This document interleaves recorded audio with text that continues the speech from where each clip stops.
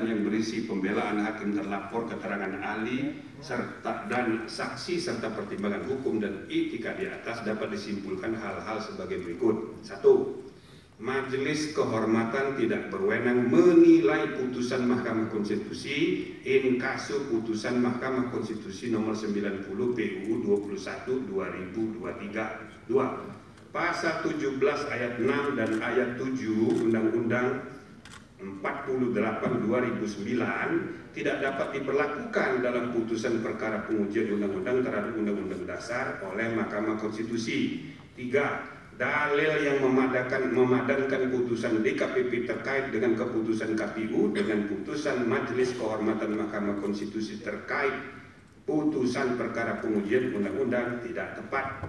4. Majelis Kehormatan tidak menemukan cukup bukti untuk dapat menyatakan hakim terlapor memerintahkan adanya pelanggaran prosedur dalam proses pembatalan pencabutan permohonan perkara nomor 90 PUU 21 2023. Majelis Kehormatan nomor 5. Majelis Kehormatan tidak menemukan bukti hakim terlapor telah berbohong terkait alasan ketidakhadiran dalam RPH pengambilan putusan perkara nomor 29 dan seterusnya, 51 dan seterusnya, dan 55 dan seterusnya, melainkan hakim terlapor justru tidak merasa adanya benturan kepentingan yang nyata. 6. Hakim terlapor tidak mengundurkan diri dari proses pemeriksaan dan pengambilan putusan nomor 90 PUU 21 2023 terbukti melanggar sabta karsa utama, prinsip ketidakberpihakan, penerapan angka 5 huruf B dan prinsip integritas penerapan angka 2. Majelis Kehormatan tidak menemukan cukup bukti berkenaan dengan motif penundaan pembentukan MK permanen sehingga patut dikesampingkan.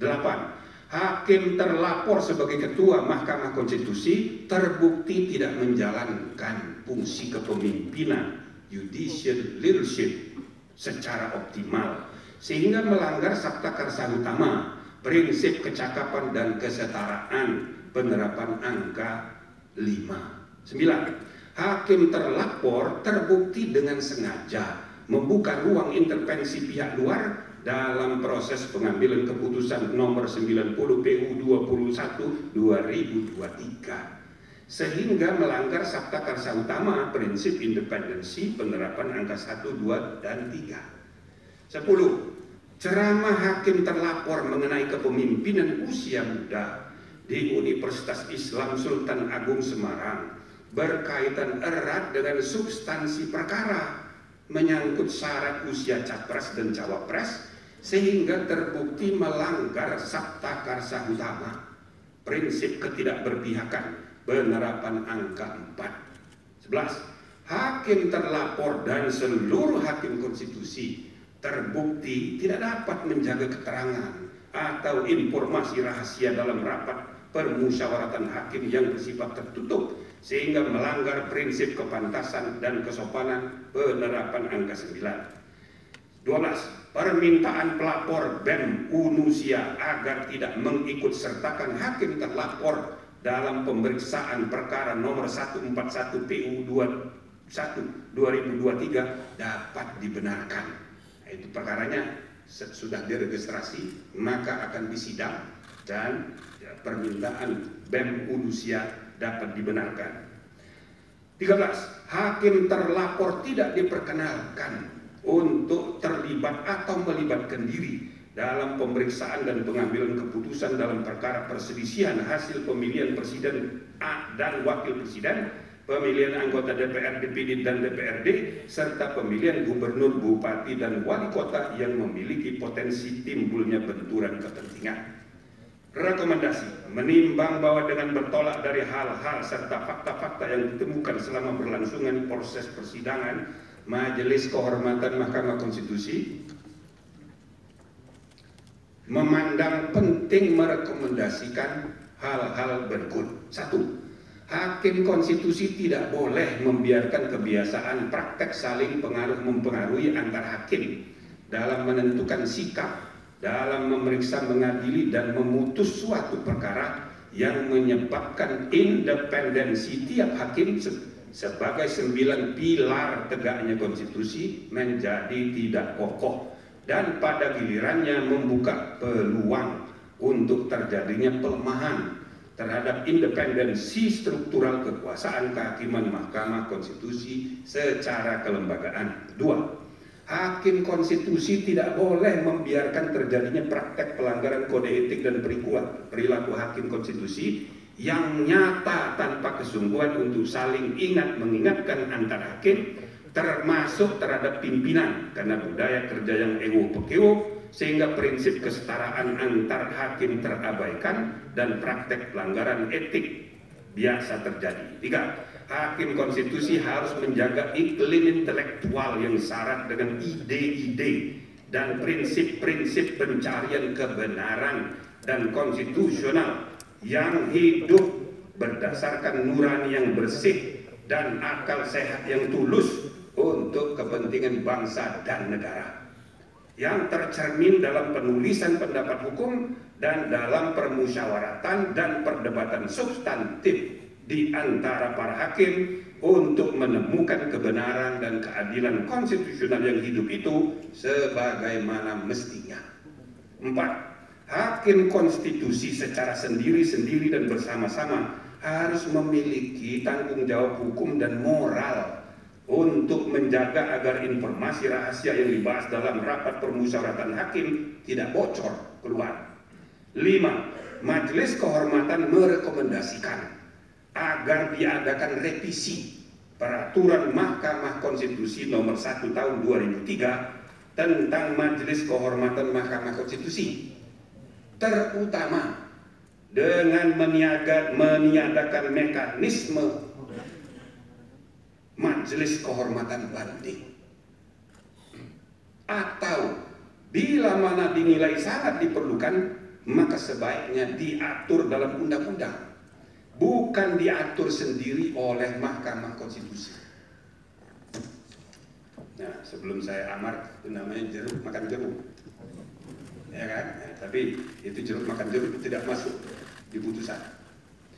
Nah, yang terakhir, amar putusan.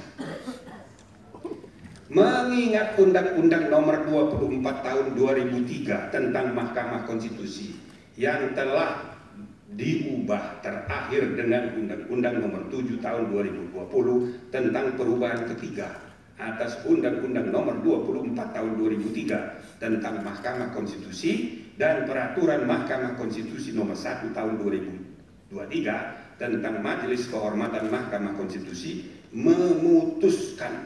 menyatakan hakim terlapor terbukti melakukan pelanggaran berat terhadap kode etik dan perilaku hakim konstitusi sebagaimana tertuang dalam Sabta Karsa Utama, prinsip ketidakberpihakan, prinsip integritas, prinsip kecakapan dan kesetaraan, prinsip independensi, dan prinsip kepantasan dan kesopanan.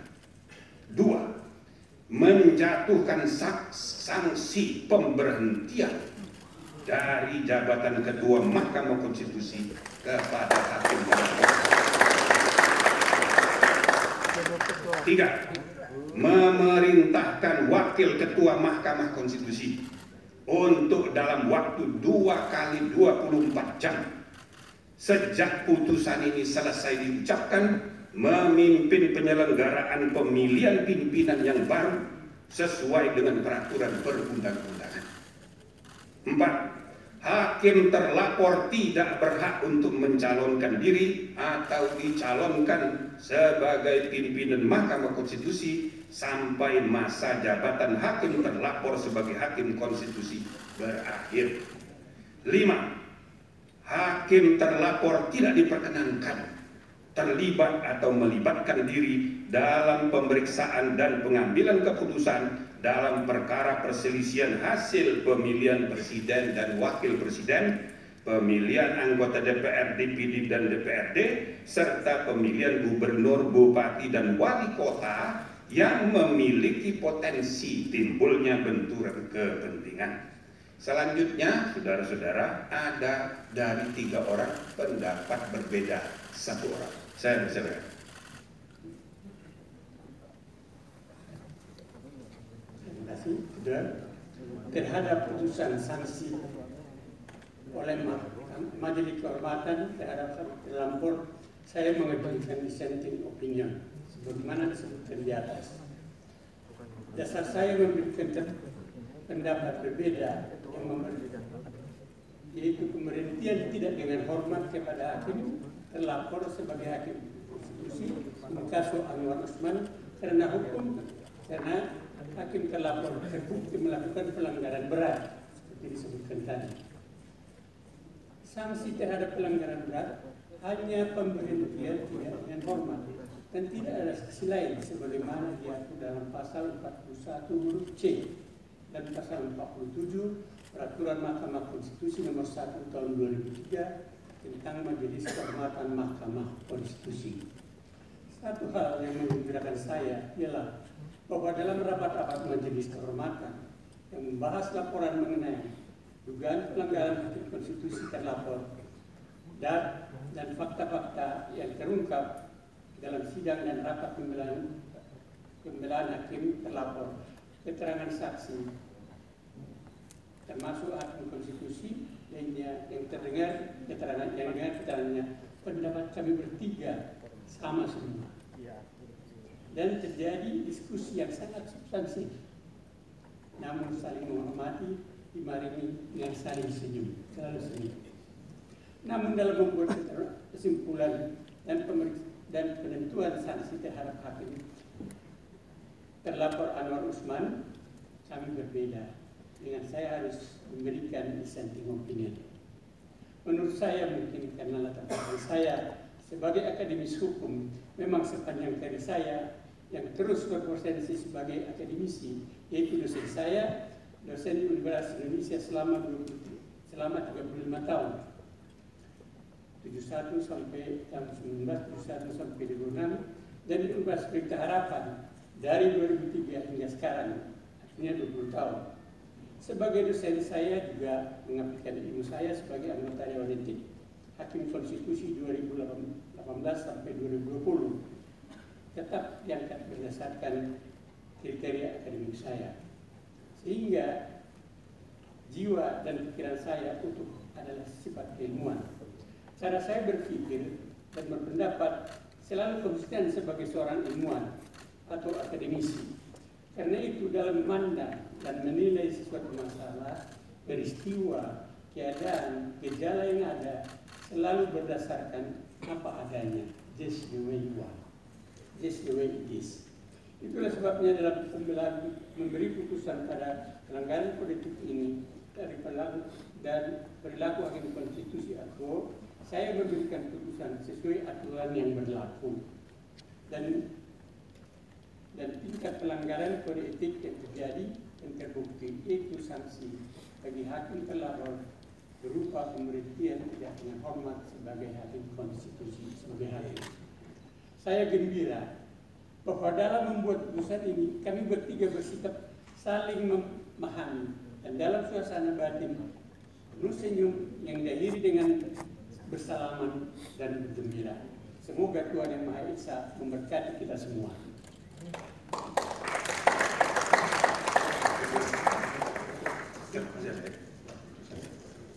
Baik, demikian diputus dalam rapat Majelis Kehormatan oleh 3 anggota Majelis Kehormatan, yaitu Jimli Asidiki sebagai Ketua Merangkap Anggota, Wahiduddin Adam sebagai Sekretaris Merangkap Anggota, dan Bintan R. Saragi sebagai anggota pada hari Jumat tanggal 3 bulan November tahun 2023 dan pada hari Senin tanggal 6 bulan November tahun 2023 dan diucapkan dalam sidang pleno Majelis Kehormatan Mahkamah Konstitusi terbuka untuk umum pada hari Selasa tanggal 7 bulan November tahun 2023 selesai diucapkan pukul 18.21 waktu Indonesia Barat oleh 3 orang Majelis Kehormatan Mahkamah Konstitusi, yaitu Jimli Asidiki sebagai ketua merangkap anggota, Wahidudin Adam sebagai sekretaris merangkap anggota, dan Bintan R. Saragi sebagai anggota. Demikian ditandatangani. Nah, begitu saudara-saudara sekalian, terlepas dari adanya dissenting opinion, putusan yang berlaku mulai hari ini adalah yang tadi dibacakan. Ya, tapi dengan adanya dissenting opinion menggambarkan bahwa kami membuat keputusan dengan perdebatan, dan itu sehat, dengan akal sehat, gitu ya. Jadi yang tidak sepakat akhirnya ya silakan diumumkan melalui dissenting opinion, supaya saudara mengetahui dissenting opinion di Indonesia dimulai di pengadilan ya, niaga. Tapi pengadilan niaga itu tidak begitu terkenal, hanya di kalangan pengusaha. Begitu dipraktekkan di MK mulai 2023, jadi terkenal. Maka sekarang sudah menjadi kebiasaan bahwa pengadilan itu harus ya kan, memperdebatkan akal sehat, dan kalau tidak sepakat diumumkan kepada publik sebagai wujud pertanggungjawaban publik. Nah, jadi saya rasa ini satu ya. Yang kedua, tadi saya kemukakan yang berlaku adalah yang diputuskan. Kami tadi sudah dijelaskan sama pendapatnya ini. Cuma kalau sanksinya adalah sebagaimana ditentukan dalam PMK, pemberhentian tidak hormat dari anggota, maka itu diharuskan diberi kesempatan untuk majelis banding. Yang majelis banding dibentuk berdasarkan PMK itu, ya kan? Nah, membuat putusan majelis kehormatan tidak pasti, sedangkan kita sedang menghadapi ya proses persiapan pemilihan umum yang sudah dekat. Kita memerlukan kepastian yang adil itu untuk tidak menimbulkan masalah-masalah yang berakibat pada proses pemilu yang tidak damai, proses pemilu yang tidak terpercaya. Nah, untuk itulah kami memutuskan berhenti dari ketua, sehingga ketentuan mengenai majelis banding tidak berlaku. Karena dia tidak berlaku, maka putusan MK yang dibacakan hari ini mulai berlaku hari ini, dan dalam 2 kali 24 jam harus sudah diadakan pemilihan. Nah, gitu ya. Gak usah keras-keras, tepuk tangan di dalam hati aja.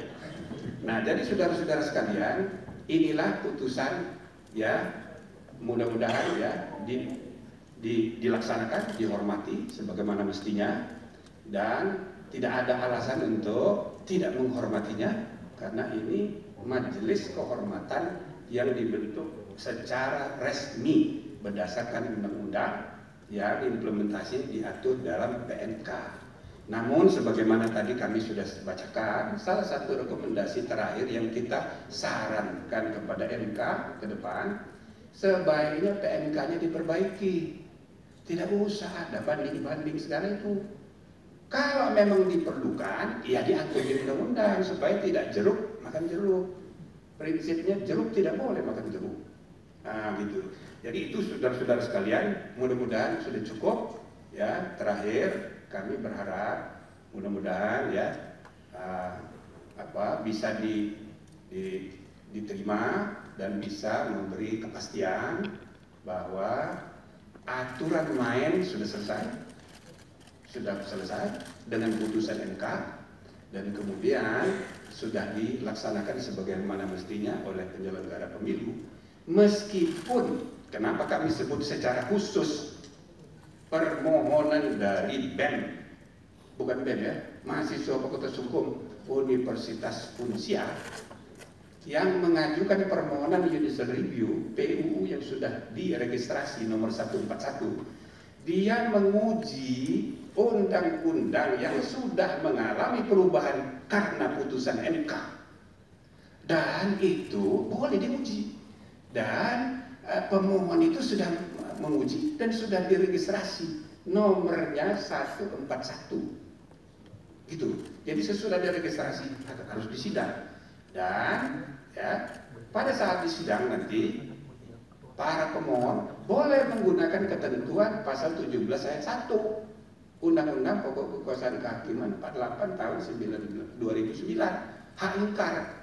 Nah, hak ingkar terkait dengan putusan MK ini, di mana hakim terlapor yang sudah diberi sanksi tidak boleh mengikuti penanganan perkara itu. Berarti hakimnya cuma 4, maka ada peluang untuk terjadinya perubahan, tapi bukan oleh MK, melainkan oleh MK sendiri, supaya orang tidak menganggap MK itu Mahkamah Konstitusinya MK, jadi di atas MK. Itu tidak benar juga. Biarlah putusan MK diubah oleh MK sendiri melalui mekanisme yang tersedia. Jadi itu saya, makanya kita memberi apresiasi kepada mahasiswa ini, ya kan? Ini jadi mudah-mudahan para lawyer ini pada tersinggung semuanya dengan inisiatif mahasiswa ini, kreatif ya, dan itu boleh. Nah, namun tentu saja permainan sudah jalan. Aturan main kalau misalnya diubah melalui putusan MK berlaku untuk pertandingan berikutnya 2029.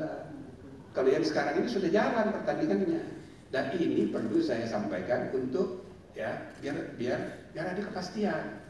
Gitu loh. Nah, kalau para pakar analisanya macam-macam kan, tidak apa-apa, cuma untuk menimbulkan kepastian, membimbing bangsa kita gitu ya. Kita harus ada arah yang jelas, sebab untuk saudara ketahui kasus perkara ini semua dagdikduk ini, ya betul, semua dagdikduk, semua dan seluruh Indonesia itu nunggu putusan ini, ya kan? Pertama, gara-gara kita buat putusan perkara ini sidangnya terbuka. Kedua, ada permohonan Profesor Denny supaya ada putusan profesi, tapi jawabannya nggak usah pakai profesi, tapi jadwalnya aja kita tanggal 7 mengejar tanggal 8 saat terakhir untuk kemungkinan perubahan capres. Maka terus terang aja ini semua pada nunggu ini. Nah, jadi mudah-mudahan dagdikduk semua ini, semua kelompok ini sedang terjawab dengan putusan MK ini. Ya gitu ya. Nah, mudah-mudahan saudara-saudara putusan ini berterima di masyarakat luas, dan dengan mengucapkan terima kasih atas jasa saudara semua sebagai pelapor, ya, saudara semua ini berjasa. Putusan bersejarah itu hanya mungkin terjadi karena pelapor, penggugat, pemohon, atau ya lawyer. Nah, jadi karena itu saya ucapkan selamat pada saudara-saudara semua. Dengan ini sidang Majelis Kehormatan Mahkamah Konstitusi saya nyatakan ditutup.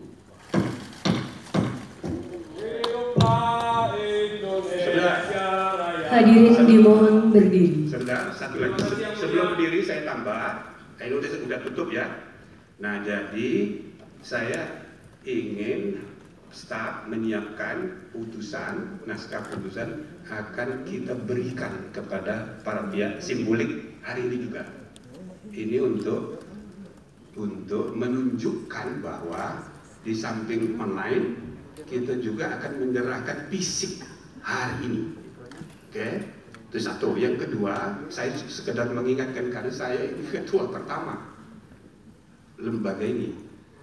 5 tahun saya memimpin MK tidak pernah sidang terlambat, tidak pernah.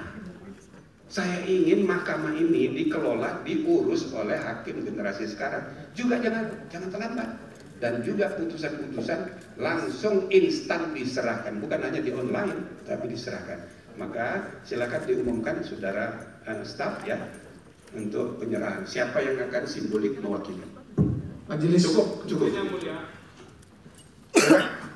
Terima kasih yang mulia. Nah, ini aja penyerahan. Kita udah tutup. Nanti kalau ngobrol nanti aja. Silakan. Kami informasikan kepada pemohon dan atau kuasanya untuk tidak meninggalkan ruang persidangan karena akan dilanjutkan dengan penyerahan salinan putusan yang akan diserahkan simbolis kepada pelapor nomor 5, 9, 15,